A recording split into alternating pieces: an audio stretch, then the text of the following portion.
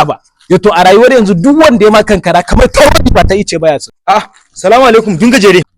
Dan kanuri Ya ne na gaya ma wani ne fa ya taba ni wai mu dun ganuri wannan dun Allah.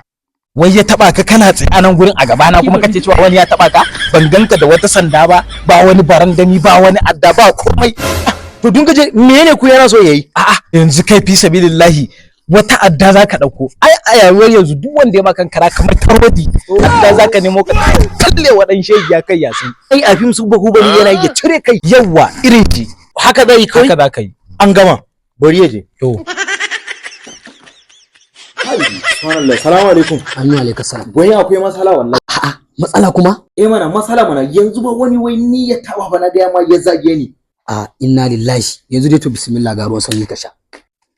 Ruwan sanyi kuma in sha? Ba komai. Yawwa. Dan kanuri. Yanzu abin da nake so da kai. Kai haƙuri kamar da komai ba. Saboda yanzu rayuwar nan tashin hankalin ba shi da amfani.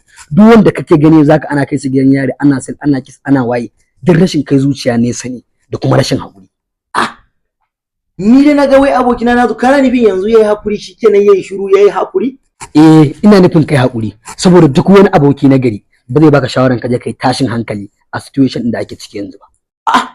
Amma dun gajeri ya ce in je yin bohu bari in cire kai? Dan gajeren ne faɗa haka?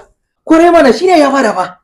Dan gajere in dai haka ta tabbata dan gajere ya ce ka je kai rigima to dan gajere baya zama da kai zuciya daya. Ya kare maganan kudin shine maganan ku. Yawwa. Ai a gurin a zaman lafiya abinda zaman lafiya bai kawo ba ai tashin hankali ba zai kawo ba. Kwarai wannan hakan. Dun gajere kuma na sani dan ya hada budurwa daya ne. Maganar sa ya hada ba zai kara dauka ba. Yawwa to yanzu ka gane abin. Say no to violence and say yes to peace. Zaman lafiya ne zai yi. Shine wannan sai zaman lafiya saboda ka ai hakuri a mai da zuciya.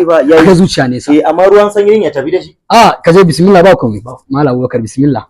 Sai dai ka bi a hankali.